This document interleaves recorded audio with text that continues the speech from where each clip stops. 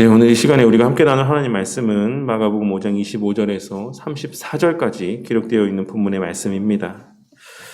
오늘 우리가 함께 나눌 말씀은 우리에게 잘 알려져 있는 본문의 말씀이기도 하고, 또 제가 다른 본문의 설교를 하면서 그리고 또한 신학 강좌 시간에도 아마도 한번 언급을 한 적이 있었던 본문의 말씀의 내용이라고 생각을 합니다. 오늘날 예수님의 이 땅에 오심을 기념하는 이 연말의 때는 그저 맛있는 음식을 먹고 마시고 즐기는 날로 오용되고 있는 것이 사실입니다.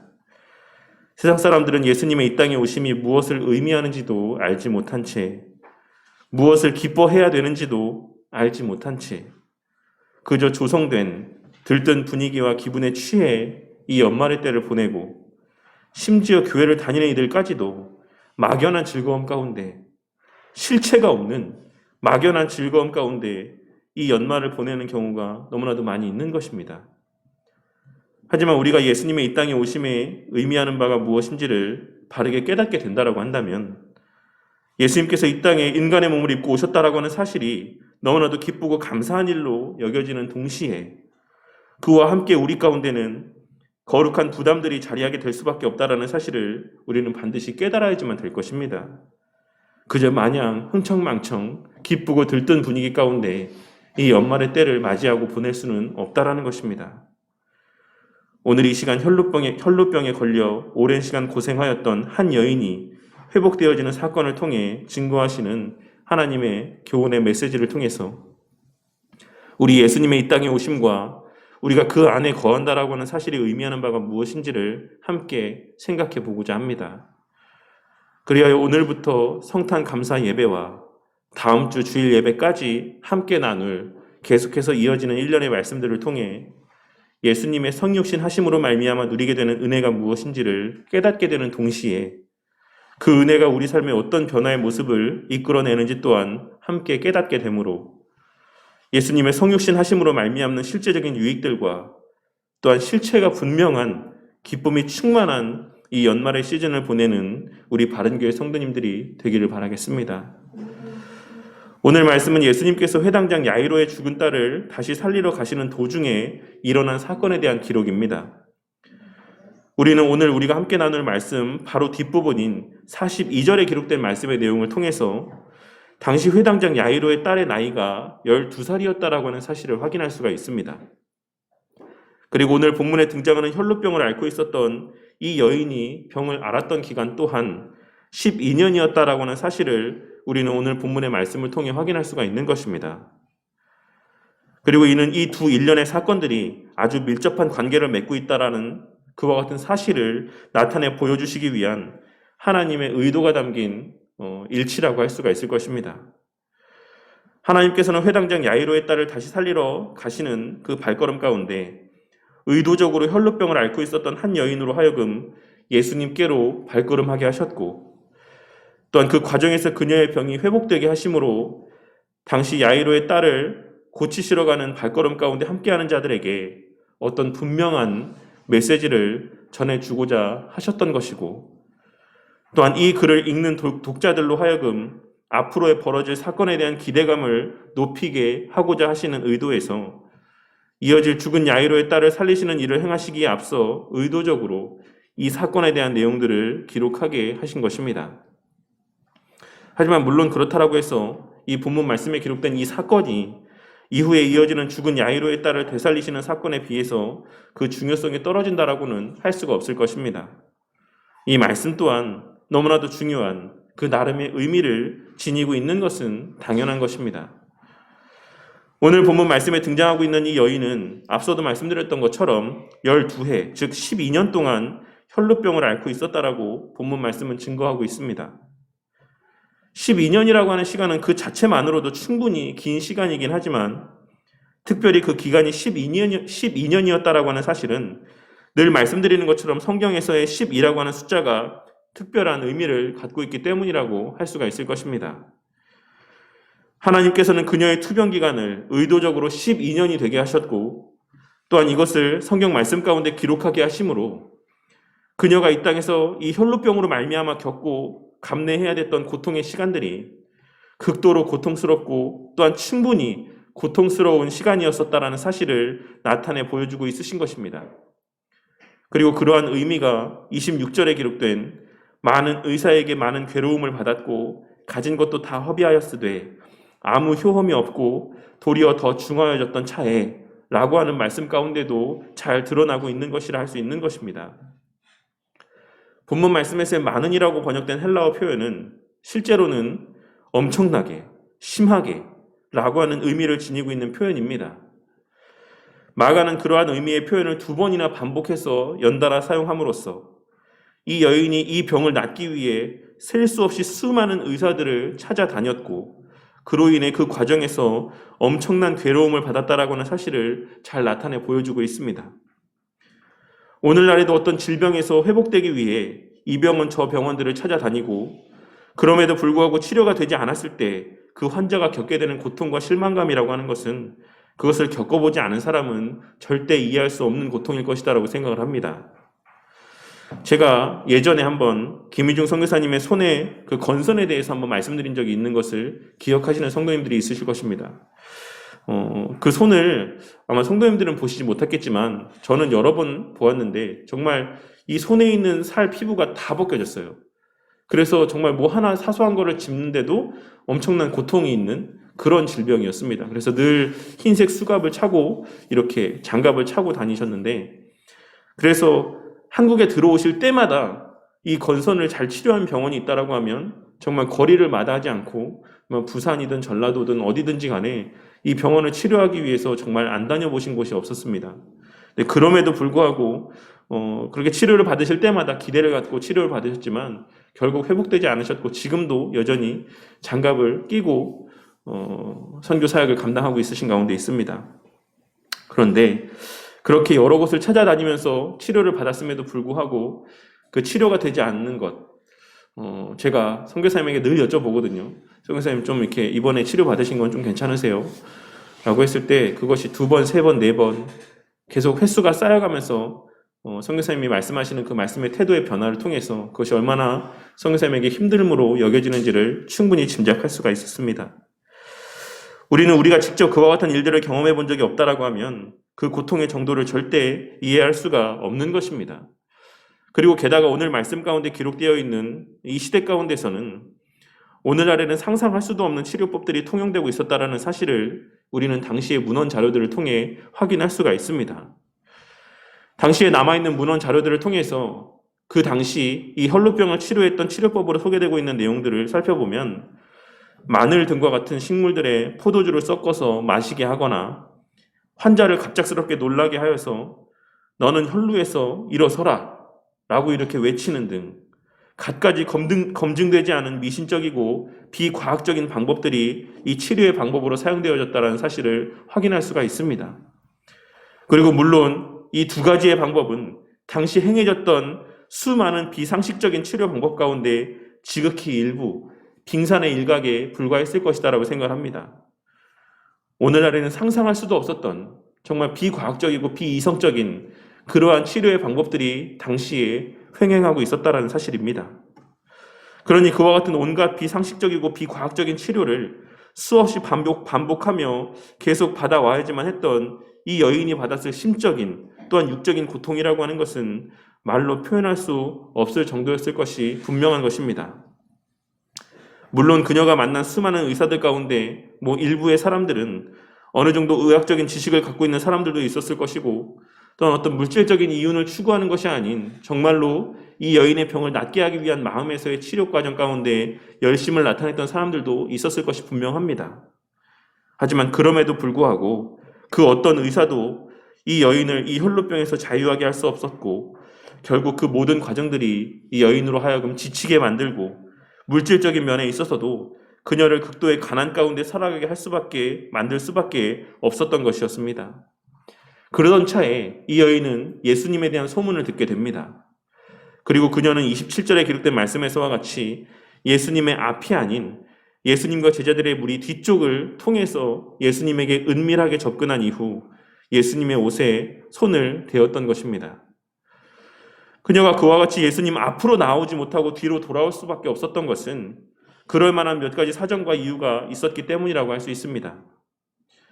첫째로 당시 사회적인 관습에 의하면 여자가 남자에게 그 앞에서 접근하는 것은 금지된 일이었고 더더군다나 그렇게 접근하여 남자의 신체를 접촉하는 것은 지극히 금지된 일 가운데 하나였습니다. 그리고 또한 둘째로 의식법상으로 부정한 것으로 여겨지는 이 혈루병을 앓던 여인이 사람들이 많이 모이는 곳을 출입한다는 것 또한 절대로 금지되어 있는 일들 가운데 하나였고 더더군다나 사람들과 신체적인 접촉을 하는 것을 당시의 사람들은 지극히 금하고 있었기 때문이라고 할 수 있는 것입니다. 이에 대한 부연적인 설명은 레위기 15장에 자세하게 기록이 되어 있으며 또한 뒷부분에 다시 또한 이어서 말씀을 드리도록 하겠습니다.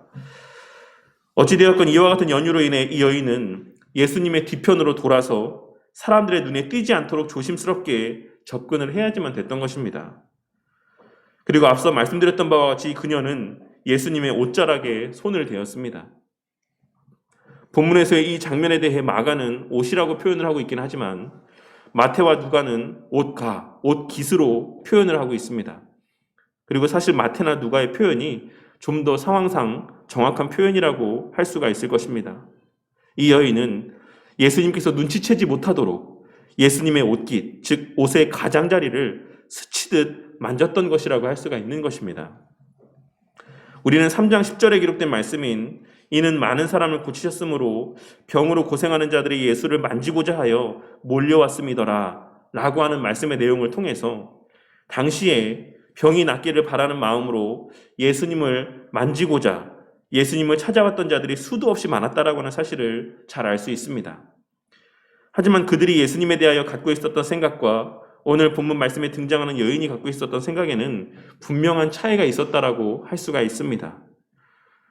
앞서 언급된 자들은 혹시나 나을지도 모른다라는 생각으로 정말 지푸라기라도 짚는 심정으로 예수님께 나와서 그의 몸을 만지고자 한 것이다라고 한다면 오늘 말씀에서의 이 여인은 예수님에 대한 분명한 지식에서 비롯된 확신 가운데 예수님의 옷깃이라도 만져 그 병이 치유받고자 하는 마음으로 예수님께 가까이 나왔던 것입니다.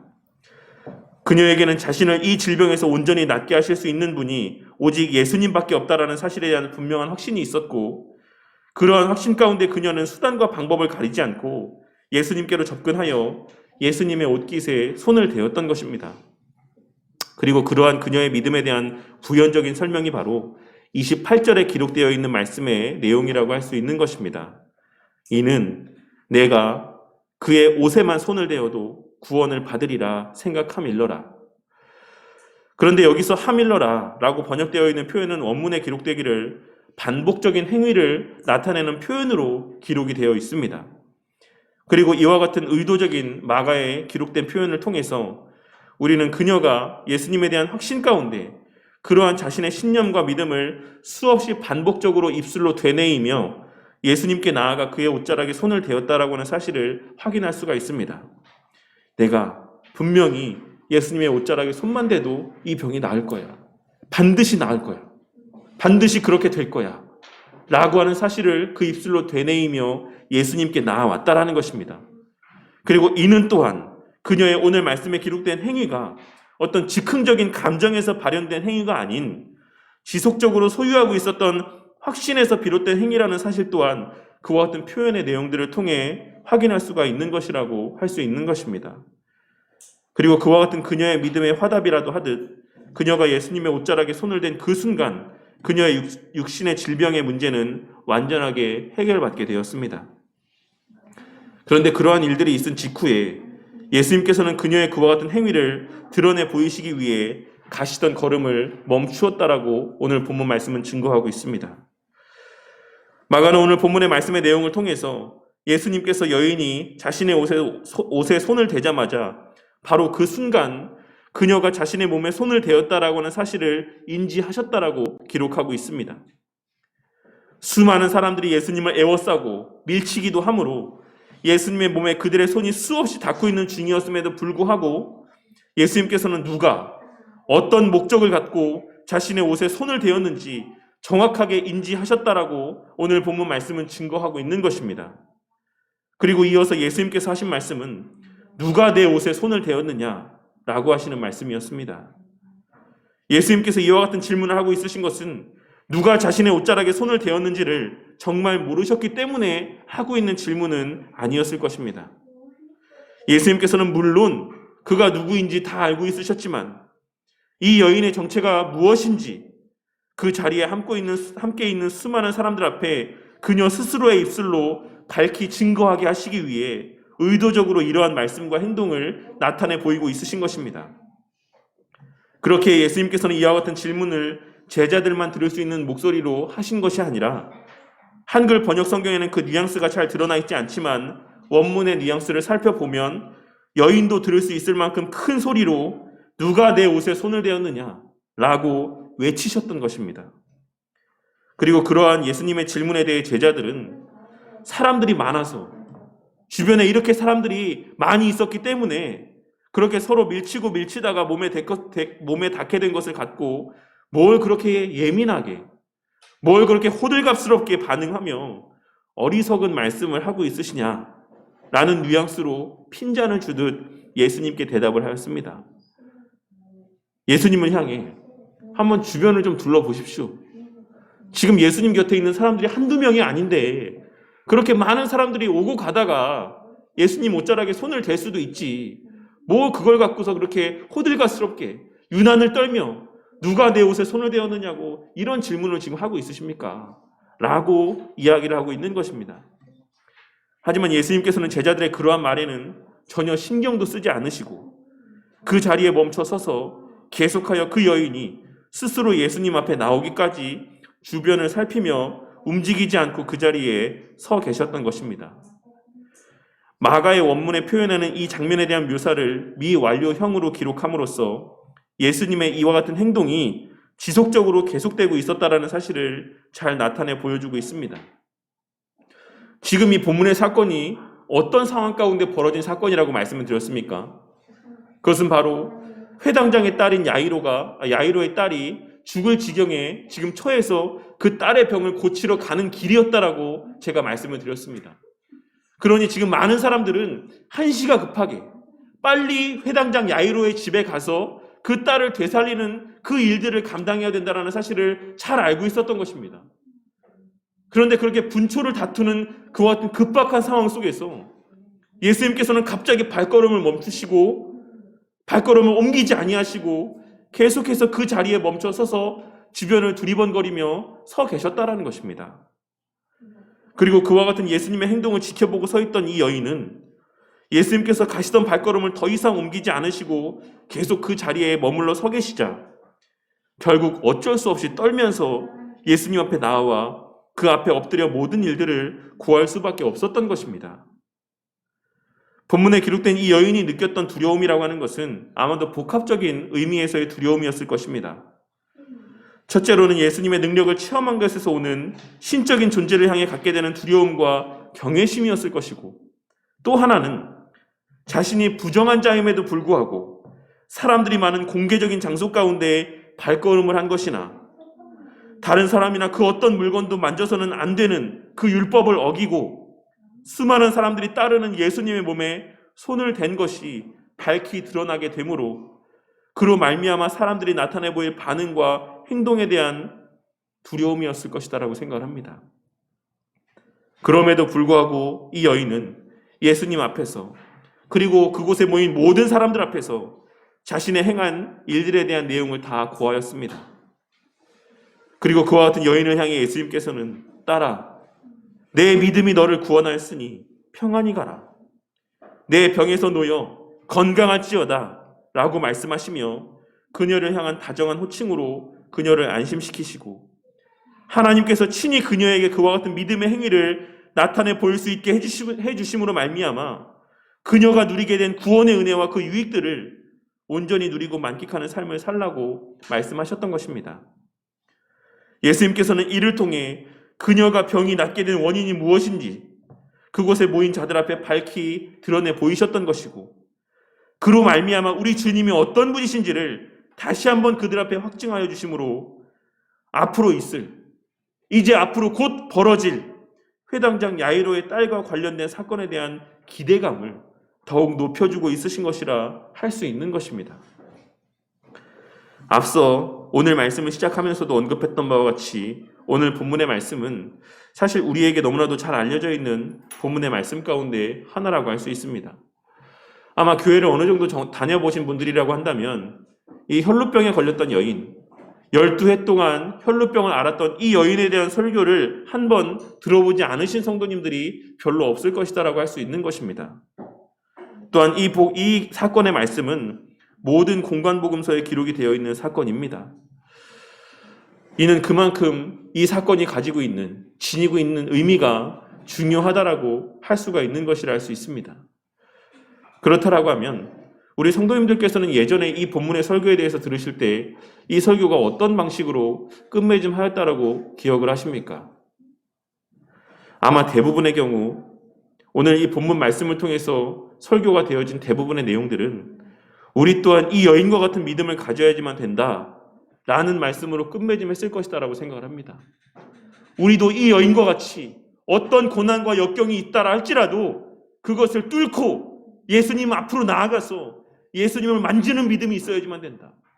예수님을 만질 수 있는 그런 믿음의 행위들이 우리 가운데 있어야지만 된다. 그래야만 우리도 이 여인과 같은 놀라운 이적들을 체험할 수 있다. 아마 그러한 내용들로 이 설교의 말씀이 끝맺음하였을 것이 대부분이었을 것이다라고 생각을 하는 것입니다. 하지만 우리는 오늘 본문의 말씀을 비롯한 성경의 모든 기록된 이야기들이 어떤 사람에게 포커스가 맞추어져서 결론이 도출되어져서는 안 된다라는 사실을 반드시 명심해야지만 될 것이라고 생각을 합니다. 왜냐하면 성경은 위대한 신앙의 인물들에 대한 어떤 그들의 어떠함을 기록하고 있는 위인전의 성격의 책이 아니기 때문에 그렇습니다. 우리도 이 사람들처럼 살아야지. 우리도 저 사람들의 믿음처럼 그렇게 놀라운 일들을 행하면서 살아가야지. 라고 하는 것들을 다짐하게 하시기 위해 하나님께서는 이 성경 말씀을 기록하신 것이 아닙니다.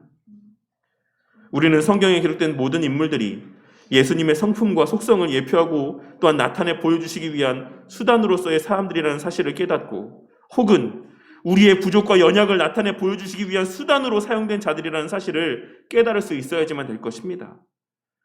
그렇게 우리는 기록된 말씀 가운데 등장하는 인물들을 통해서 예수님의 거룩하시고 온전한 성품과 속성을 발견하든지 아니면 나의 부족하고 연약한 죄된 본성을 발견할 수 있어야지만 되는 것이고 그로 말미암은 설교의 내용의 끝맺음 또한도 예수님께 대한 감사나 혹은 자신의 죄와 연약에 대한 회개로 끝맺음 되어야 하는 것이 맞는 것입니다. 설령 어떤 사람의 선한 행위의 모습들이 성경 말씀 가운데 기록되어 있다라고 할지라도 우리는 그 사건 가운데서 그 사람 자체에 주목하는 것이 아닌 그 사람이 그와 같은 선한 모습들을 나타내 보일 수 있는 궁극의 원인이 무엇인지를 또한 그 사실을 통해 나타내 보이고자 하시는 하나님의 뜻이 무엇인지를 바르게 분별할 수 있어야지만 되는 것입니다. 그렇다면 오늘 본문 말씀에서 우리는 무엇에 주목을 하고 또한 무엇을 발견할 수 있어야지만 되는 것이겠습니까?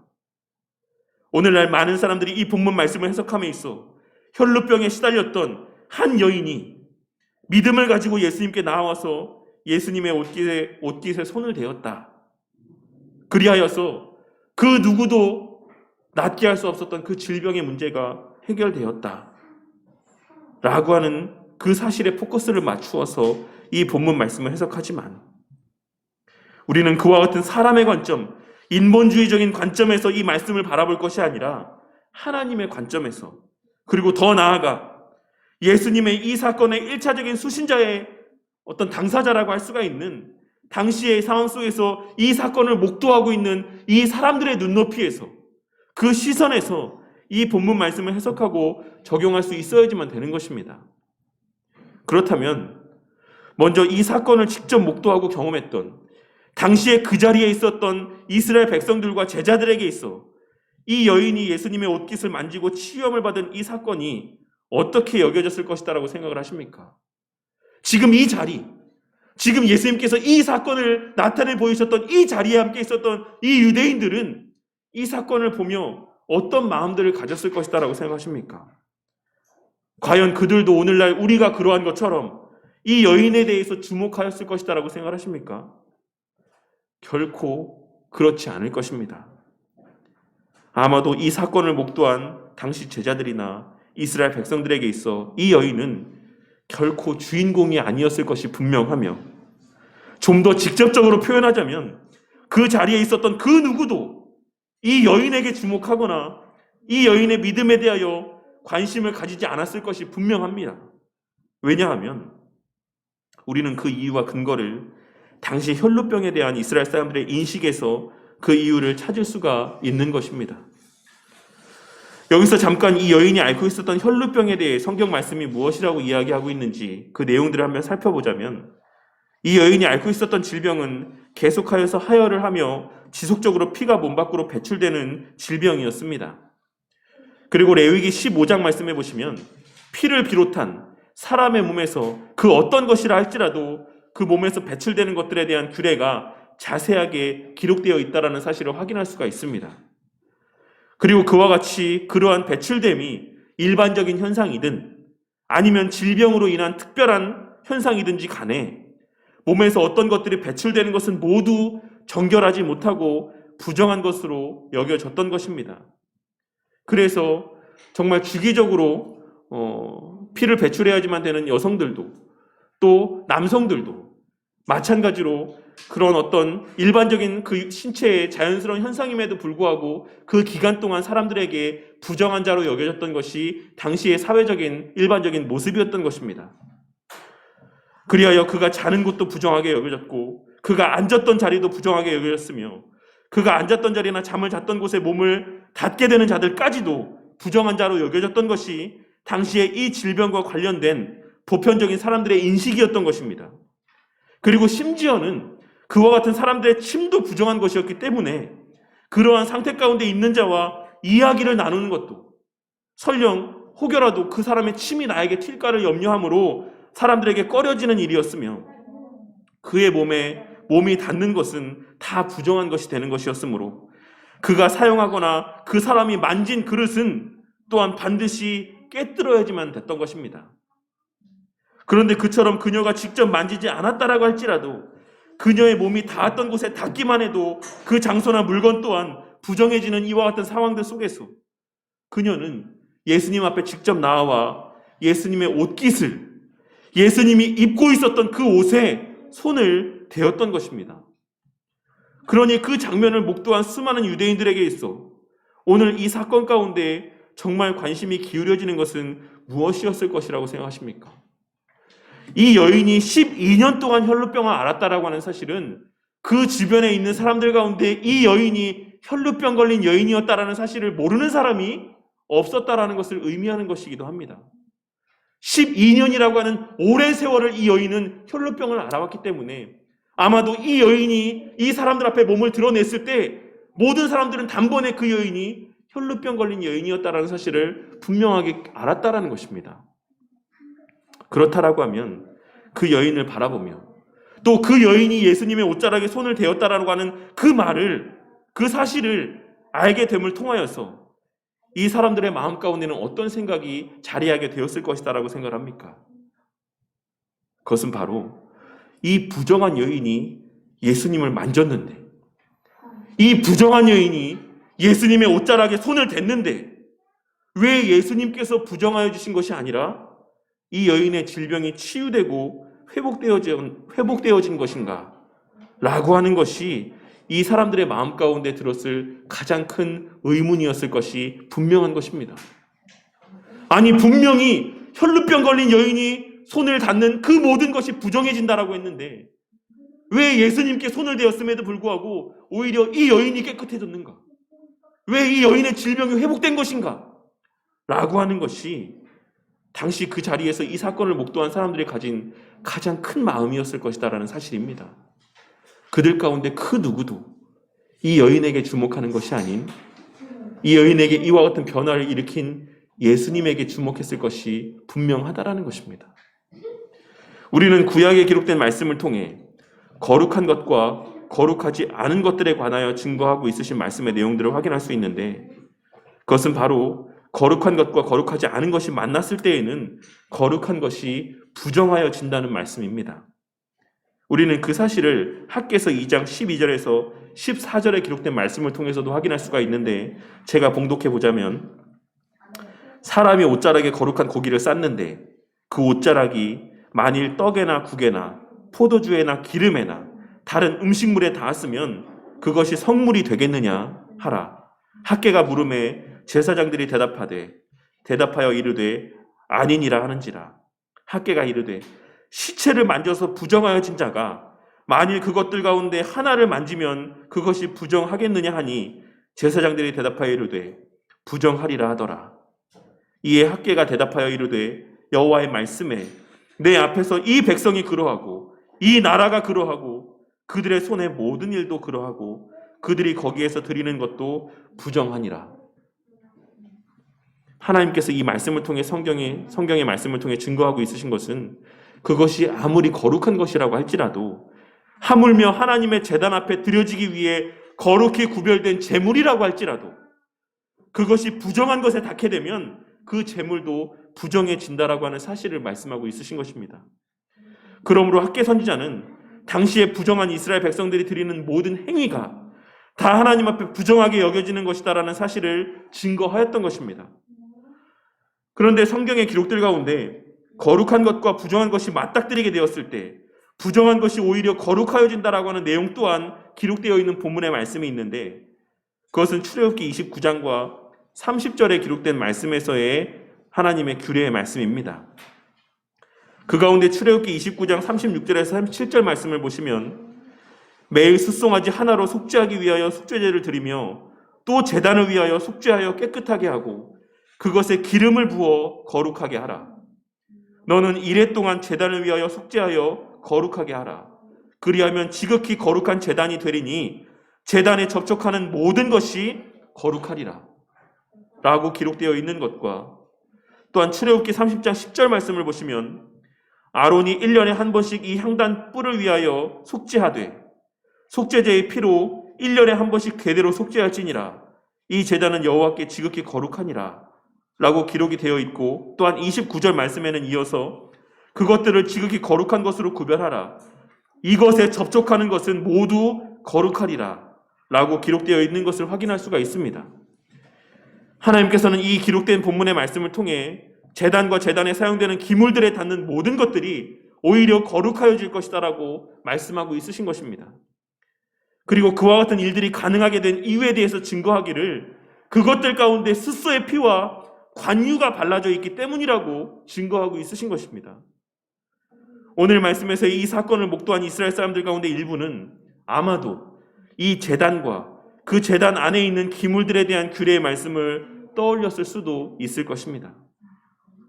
예수님께서는 오늘 본문 말씀의 사건을 통해서 자신이 바로 그 제단을 거룩하게 하는 스스의 피와 관유가 예표했던 그 능력의 실체이자 본체이시라는 사실을 증거하고 있으신 것이고, 더 나아가 구약에 예표된 메시아이심을 확증하고 있으신 것이라 할 수 있는 것입니다. 그리고 그러한 의미의 연장선상에서 이 사건에 이어질 야이로의 딸의 죽음이라고 하는 것은 메시아이신 예수님께서 행하시고 나타내 보이실 능력에 대한 기대감을 고조시켜주는 역할들을 감당하고 있는 것이라 할 수 있는 것이고, 실제로 예수님께서는 그러한 기대감에 차 있는 이들 앞에 죽은 야이로의 딸을 다시 살려내심으로써 죽음의 권세 위에 자리하고 있으신 예수님의 하나님 되심의 능력을 극치로 드러내 보여주고 있으신 것이고, 자신의 메시아 되심과 하나님 되심을 분명하게 확증하여 주고 있으신 것이라 할 수 있는 것입니다. 그렇다면 오늘 말씀을 통해서 우리가 주목해야 되는 사실과 또한 발견해야지만 되는 교훈과 가르침은 무엇이라고 생각하십니까? 아직도 여전히 이 여인의 믿음 가운데 우리는 주목해야지만 된다라고 생각하시는 분이 있으십니까? 이 본문의 사건을 통해서 우리가 주목해야 되는 것이 이 여인과 같은 믿음을 가져야지만 되는 교훈이 된다라고 하는 교훈이라고 생각하는 성도님들이 있으십니까? 이 말씀에는 이 여인의 믿음에 대한 강조점이 단 하나도 드러나고 있지 않습니다. 이 본문의 말씀 가운데는 오직 구원에 있어서의 하나님의 절대 주권만이, 강권적인 역사에 대한 가르침만이 이 본문의 말씀 가운데 담겨져 있는 교훈의 메시지라고 할 수가 있는 것입니다. 그러므로 우리가 이 말씀 가운데서 주목해야 되는 것은 이 여인이나 이 여인이 소유하고 나타내 보인 믿음이 아니라고 할 수가 있는 것입니다. 우리는 오늘 본문의 말씀을 통해 우리의 모든 신앙의 행위가 우리의 어떠함과는 상관없이 오직 예수님의 십자가 보혈의 은혜와 공로로 하나님께 거룩히 여김을 받고 흠양되어지는 것이다라는 사실을 발견할 수 있어야지만 되는 것입니다.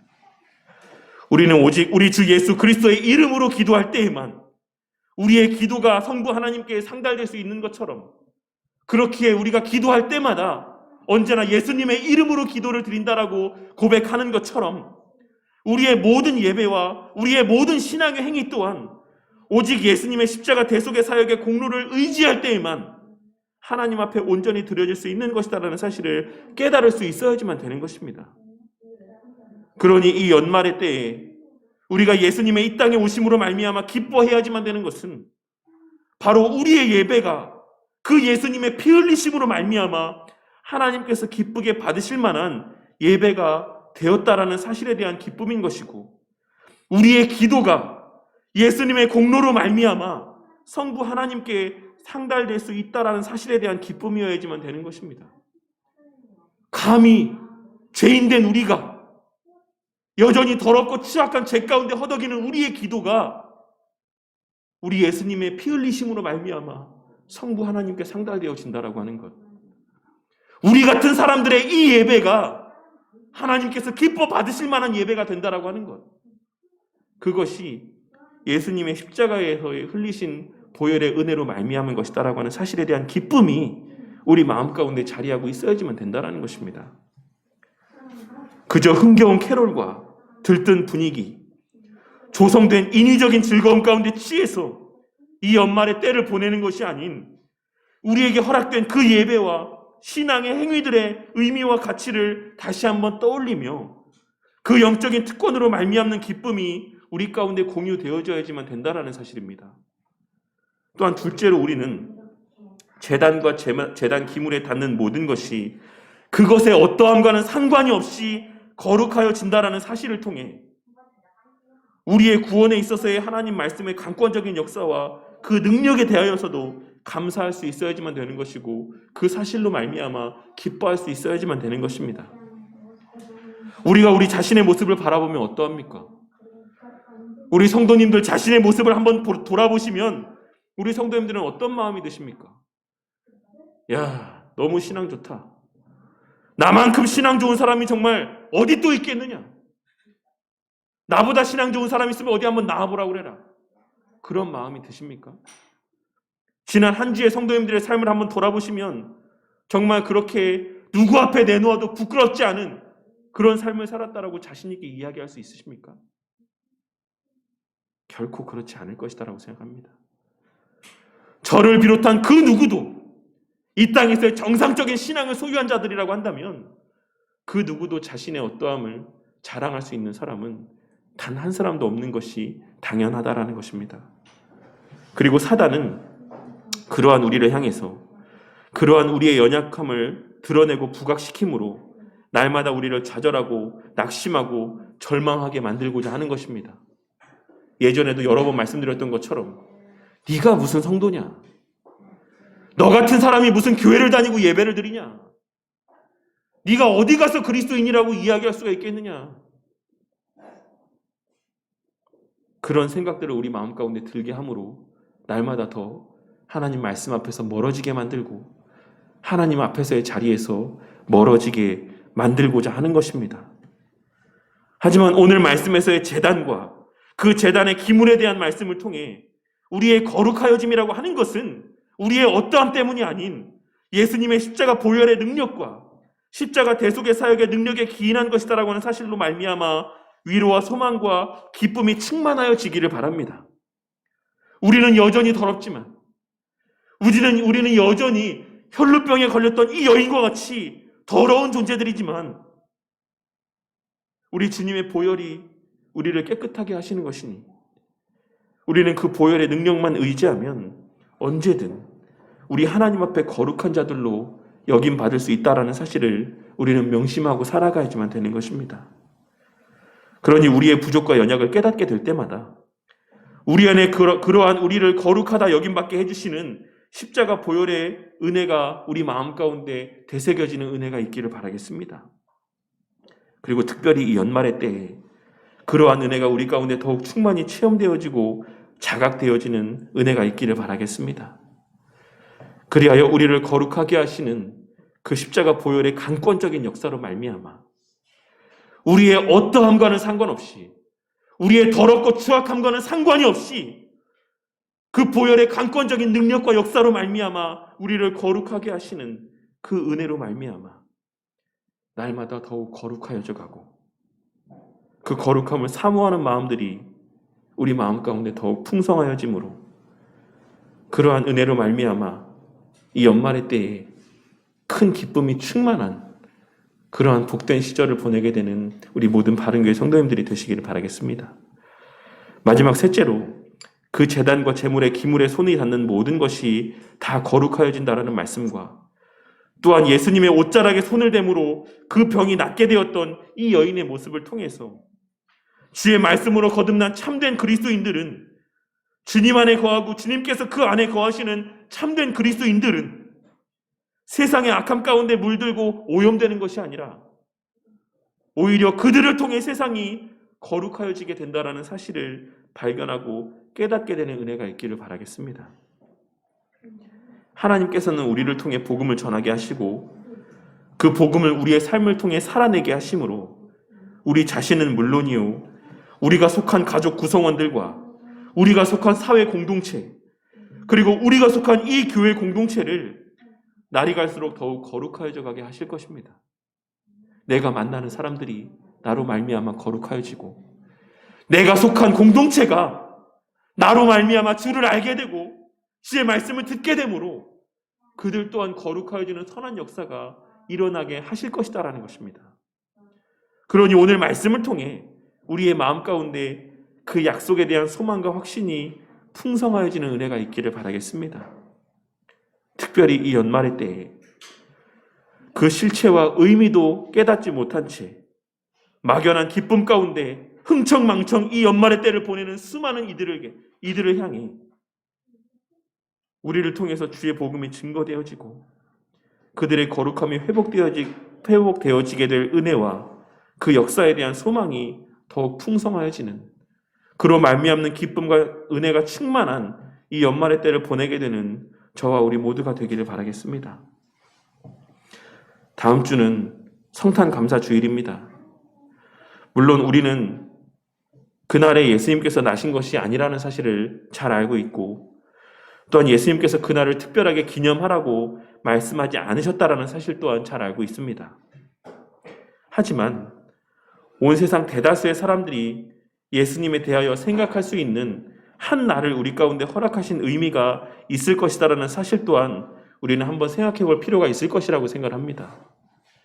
그리고 그 날을 우리 예수님의 성육신의 의미를 되새기며 그 예수님의 성육신의 참된 의미를 증거하고 전하는 기회로 삼는다라고 하면 그것 또한 결코 비성경적이거나 잘못된 신앙의 모습은 아닐 것이다라고 생각합니다. 그렇게 우리 교회는 성탄 트리를 만들거나 장식하지는 않아도 이 날에 성탄 감사 예배를 드리며 예수님의 성육신의 의미를 되새기고 감사하는 계기로 선용하는 것입니다. 오늘 말씀을 통해서 이 연말의 때에 예수님의 성육신 하심의 의미가 무엇인지를 다시 한번 깨닫게 되는 은혜가 있기를 바라겠습니다. 그리고 또한 이 땅에서의 우리 그리스도인들이 나타내 보여야 될 삶의 모습이 무엇이고 또 우리 그리스도인들에게 허락된 영적인 특권과 능력이 무엇인지 또한 깨닫게 되는 은혜가 있기를 바라겠습니다. 그리하여 지금까지 그래왔던 것처럼 새롭게 허락하실 2022년 한 해에도 하나님의 영광을 드러내고 거룩하심을 증거하는 수단인 우리 모두가 되어가고 그러한 과정들 속에서 우리 각자가 주목을 받는 것이 아닌 우리를 거룩하게 하시고 하나님의 능력과 영광을 드러내는 수단으로 선용하여 주시는 하나님이 주목을 받는 놀라운 역사가 있기를 바라겠습니다. 그리고 또한 날마다 우리의 삶 가운데 그와 같은 하나님의 은혜가 충만하여지는, 날마다 세상 사람들 앞에, 우리를 바라보는 많은 이들 앞에 우리의 삶의 모습이 거룩한 자로 여김받는 놀라운 역사가 있게 되어지므로 늘 하나님의 구원의 역사 가운데 귀하게 쓰임받는 저와 우리 모두가 되기를 주님의 이름으로 간절히 축원합니다.